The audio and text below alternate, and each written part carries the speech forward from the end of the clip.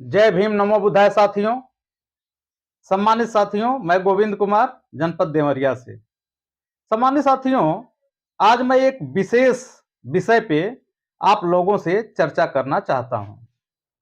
ये जो विषय है, एक बार बहुजन के बहुत ही अच्छे पत्रकार हैं अशोक दास जी। और अशोक दास जी अ, एक बहुत ही ग्रेट पत्रकार और पद्मश्री प्राप्त किए हुए, जो वर्तमान समय में ग्रुप एडिटर हैं हिंदुस्तान न्यूज एजेंसी के, राम बहादुर राय। उनका इंटरव्यू लेते समय कांसीराम के रिश्तों और तथा राम बहादुर राय के रिश्तों के बारे में खुलासा करने का काम किया था। उस पे हम थोड़ी सी चर्चा करना चाहते हैं ताकि हमारे दर्शकों तक वो बात पहुंच सके। सम्मानित साथियों, 1980 के आसपास की बात है। मान्यवर कांसीराम साहब से राम बहादुर राय, जो कि पद्मश्री प्राप्त group editor Hindustan news agency के हैं, जिन्हें मुलाकात हुई। और पहली बार कांसीराम से मिलने के बाद, उससे पहले राम बहादुर राय नहीं जानते थे कि दलित चेतना क्या है, दलित राजनीति और सामाजिक चेतना क्या है, इसके बारे में बहुत ज्यादा जानकारी नहीं रखते थे। और अपने खुद बताते हैं उस इंटरव्यू में राम बहादुर राय कि 1980 के आसपास जब मान्यवर कांसीराम साहब से मैं मिला पहली बार, तो दलित राजनीति के प्रति सामाजिक और राजनीतिक चेतना मेरे अंदर पैदा हुई। ये उत्सुकता पैदा हुई कि ये दलित राजनीति क्या है, इसके प्रति क्या सामाजिक और राजनीतिक चेतना है, ये क्या है। ये नया विषय था उनके लिए जानने पहचानने का। तब उनका साथ जो है कुछ साहित्यों से हुआ, और कांसीराम जैसे महान लीडर से, महान दलित चिंतक और राजनीतिक विशेषज्ञ से जब मुलाकात हुई, तो उन्हें बहुत कुछ जानने पहचानने को तथा सीखने समझने को मिला। हालांकि वो एक निष्पक्ष पत्रकार थे और निष्पक्ष पत्रकार के रूप में माननीय कांसीराम साहब से मिलने का काम करते थे। और कांसीराम साहब चाहे किसी भी जाति धर्म संप्रदाय का व्यक्ति हो, निश्चित रूप से यदि वो वैचारिक रूप से ठीक है, यदि वैचारिक रूप से निष्पक्ष है, तो उससे एक गहरा रिश्ता जरूर कांसीराम साहब से हो जाता था और एक लगाव हो जाता था। उस लगाव के बारे में मैं आप लोगों को बताना चाहता हूं। एक बार की बात है, जब दिल्ली में एक होटल, जिसका नाम उस समय था कनिष्का, वर्तमान समय में संग्रीला नाम से जाना जाता है, उस होटल को अशोका मार्ग पर स्थित है। उस समय कांसीराम साहब जो है अपने एक मित्र राम बहादुर राय जी से मुलाकात करते हैं और बहुत सारी विषयों पे चर्चा करते हैं। साथियों, जो वो समय था 1980 के आसपास, माननीय कांसीराम साहब एक जो है कि बहुजन समाज के लीडर के रूप में नए तौर से उभर रहे थे, और समाज उनको स्वीकृति कहीं ना कहीं दे रहा था निश्चित रूप से, जिससे एक राजनीतिक महकमे में थोड़ी सी हलचल जरूर पैदा हो गई थी। एक तरफ तो जो बाहरी लोग थे, जो अम्बेडकराइज विचारधारा के विरोधी थे, वो भी माननीय कांसीराम साहब को इनकाउंटर कर रहे थे। और कुछ तथाकथित अम्बेडकरवादी जो अपने आप को कहते थे, लेकिन अम्बेडकर के विचारधारा से प्रभावित नहीं थे, और वो नहीं जानते थे कि अम्बेडकरी विचारधारा क्या है, फूले साहू अम्बेडकर का मिशन क्या है। बाहरी तौर से वो परिचित थे, और वो भी जो है अपने व्यक्तिगत स्वार्थ में, निहित स्वार्थ में माननीय कांसीराम साहब का काउंटर करते थे, उनका विरोध करते थे। और उस समय एक जो पत्रकार थे, जो भारतीय पत्रकार थे, जिनको निष्पक्ष होना चाहिए, लेकिन माननीय कांसीराम साहब के प्रति एक विद्वेष की भावना थी। कांसीराम साहब के प्रति एक विद्वेष की भावना थी। कांसीराम साहब को वो एक अजीब नजरिए से देखते थे, जैसे देखते थे कि एक ये कैसा आदमी है जो देश हित में नहीं है, राष्ट्र हित में नहीं है, ऐसी उनकी सोच थी। हालांकि मुझे लगता है, जब फुले साहू अम्बेडकर की विचारधारा के माध्यम से जब माननीय कांसीराम साहब को पढ़ने का जब कोई प्रयास करता है, तो ऐसा महसूस होता है कि कांसीराम से बड़ा राष्ट्रवादी और नेशनल लीडर कोई वर्तमान भारत में नहीं हुआ। उसको आप इस प्रकार देख सकते हैं कि पत्रकारों ने किस तरह विद्वेष था कांसीराम के प्रति, कि एक बार की बात है कि हुमायूं रोड पे एक जगह कांसीराम साहब रुके हुए थे, ठहरे हुए थे। उस समय एक आशुतोष नाम के बहुत ही वरिष्ठ पत्रकार हुआ करते थे और वो गए और कांशीराम साहब जहाँ रुके हुए थे, उस कमरे में जबरदस्ती प्रवेश करने लगे और जबरदस्ती और उन्होंने कांशीराम साहब से प्रश्न पूछा। हालाँकि उस समय माननीय कांशीराम साहब उनको किसी भी प्रश्न का जवाब देना लाज़मी नहीं समझते थे। तो निश्चित रूप से यदि देखा जाए पत्रकारिता की हैसियत से, तो पत्रकार को प्रश्न पूछने का अधिकार है, किंतु ये भी साथ-साथ अधिकार है कि उस व्यक्ति का भी एक विशेषाधिकार है कि वो जवाब दे कि न दे। वो चाहे तो जवाब दे और चाहे तो नहीं दे, ये उसका अधिकार है। पत्रकार का एक तरफ जो अधिकार है, दूसरी तरफ उसका भी अधिकार है व्यक्ति का, जो जवाब देना और नहीं देना चाहता है। जबरदस्ती किसी से प्रश्न पूछने का कोई राइट पत्रकार को नहीं होता है।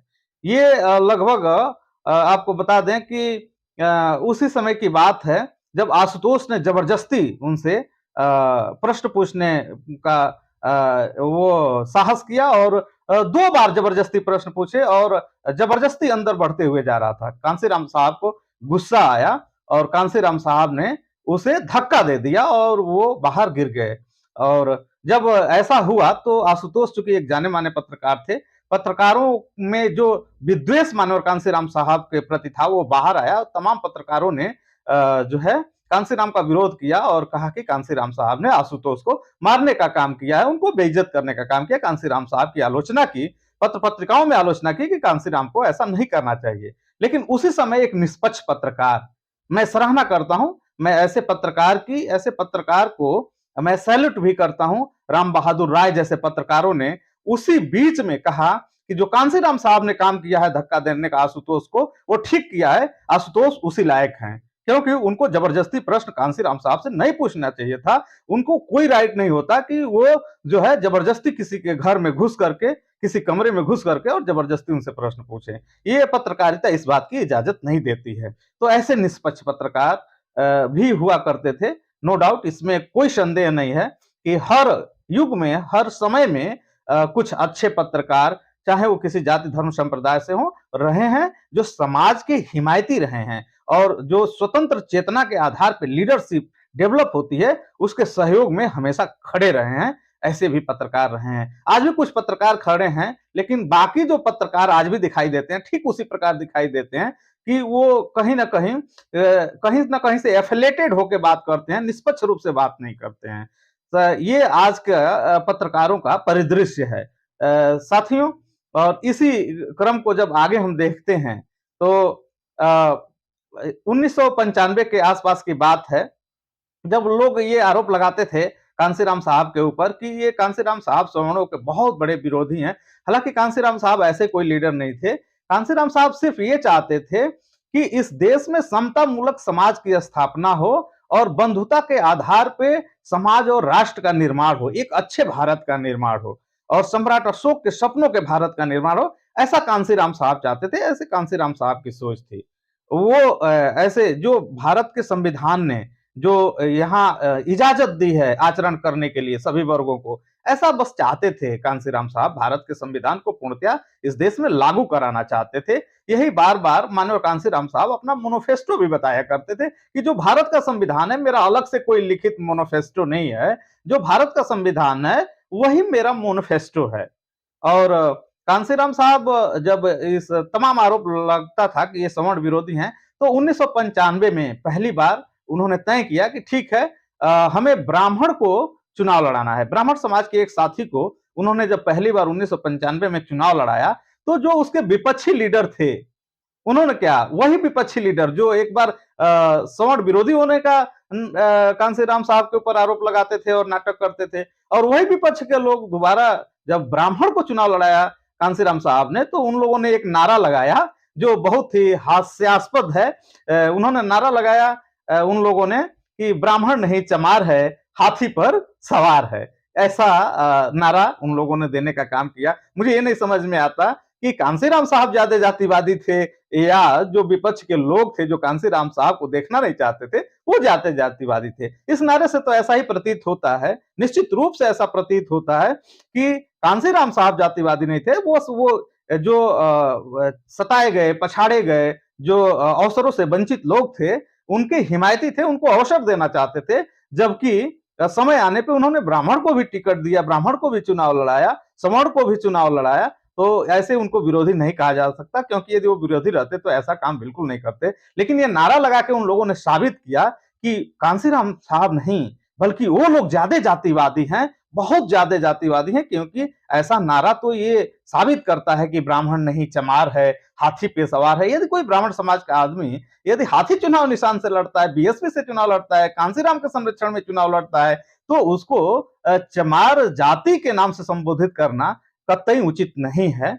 और बीएसपी की पहली बार जब सरकार बनी साथियों, तो क्या हुआ कि बीएसपी की जब सरकार बन गई तो राम बहादुर राय साहब ने सोचा कि अब बहुजन समाज पार्टी की सरकार बन गई है, कांशीराम साहब जिन वादों को करते हैं, देखें कि ये सामाजिक स्तर पे क्या सोचते हैं। तो टेलीफोन के माध्यम से राम बहादुर राय माननीय कांशीराम साहब से एक सवाल पूछते हैं कि कांशीराम साहब, आपकी बीएसपी की सरकार बन गई है, आप बताइए कि आपकी पहली प्राथमिकता क्या है। यदि पहले कांशीराम साहब थोड़े भी जातिवादी होते, संकुचित सोच के होते, छोटे दायरे के सोच के होते, तो वो कुछ और ही बताए होते। लेकिन उन्होंने जवाब दिया कि मेरी पहली प्राथमिकता उत्तर प्रदेश में बिजली की व्यवस्था को सुदृढ़ करना है। इससे समझ सकते हैं आप, इससे आकलन कर सकते हैं माननीय कांशीराम साहब के बारे में कि कांशीराम साहब एक नेशनल लीडर थे, जिनको बहुत छोटा आंका गया।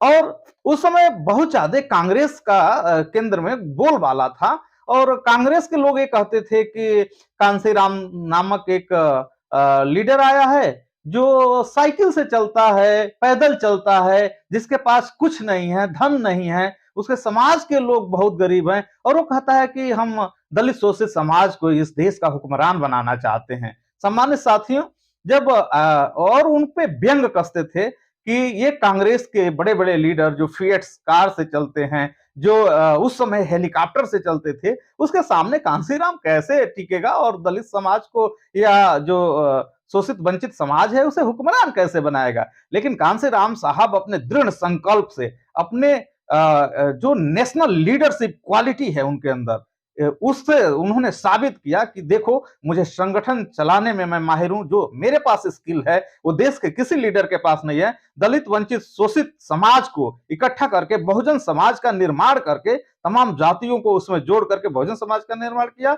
और बहुजन समाज को शासक बनाया, उत्तर प्रदेश में सरकार बना ली, और यह साबित कर दिया कि नहीं, कांशीराम जो पैसे नोटों वाले लोग हैं उनसे अपने वोटों की ताकत से लड़ सकता है। और कांशीराम साहब ने एक बार जब इसी परिप्रेक्ष्य में एक बार जब राजीव गांधी जी से मुलाकात हुई दिल्ली में, तो राजीव गांधी ने एक बार सवाल किया कांशीराम साहब से कि कांशीराम साहब, आप जो है आप हमारे खिलाफ चुनाव लड़ गए, और जो है कि उससे आपको भी कोई फायदा नहीं हुआ और हमको भी कोई फायदा नहीं हुआ, मेरा भी नुकसान हुआ, आपका भी नुकसान हुआ। यदि हमसे आप समझौता करके चुनाव लड़ गए होते तो आपका भी फायदा होता और हमारा भी फायदा होता, आप बहुत सारे कुछ सीट जरूर जीत गए होते। तो कांशीराम साहब ने उनको जवाब दिया कि मुझे बड़ा आश्चर्य है कि आज जो है, जो राजीव गांधी हमसे बात कर रहा है, वो दिल्ली के मुगल की हैसियत से नहीं बात कर रहा है, बल्कि एक रोड मास्टर की हैसियत से बात कर रहा है। मैंने दिल्ली के मुगल को रोड मास्टर बना दिया है। मैं तो ऑलरेडी रोड मास्टर हूं, मुझे कोई फर्क नहीं पड़ता कि मैं जो है कि रोड मास्टर हूं, लेकिन जब दिल्ली का मुगल रोड पे आता है तो उसे फर्क पड़ता है। और कांशीराम साहब ने इस काम को करके दिखाया था। कांशीराम की वजह से राजीव गांधी को अपने लोकसभा क्षेत्र में गली कोमचों में जाकर के, गांव के छोटे छोटे गलियों में, आम जनमानस में रोड पर उतर के लोगों से वोट मांगने की मजबूरी हो चली थी। ऐसा महसूस हो रहा था गांधी को कि यदि हम लोगों से नहीं मिले, सड़कों पे नहीं उतरे, रोड पे नहीं उतरे, तो हम चुनाव नहीं जीत पाएंगे। इस तरह कांशीराम साहब का एक विराट नेतृत्व था। ऐसे नेतृत्व को हम लोग आज खो चुके हैं। इसकी कमी कभी पूरा नहीं हो सकती, ऐसा आशा और विश्वास करते हैं कि ऐसे नेतृत्व के बारे में हम लोगों को जानना चाहिए, समझना चाहिए। हमको ऐसा महसूस होता है कि अब इस नेतृत्व को बहन कुमारी मायावती जी जो आगे बढ़ा रही हैं, इस नेतृत्व को हमें स्वीकारना चाहिए और उनकी मदद में हमें समाज को खड़ा करना चाहिए। इसी के साथ गोविंद कुमार का जय भीम, जय भारत।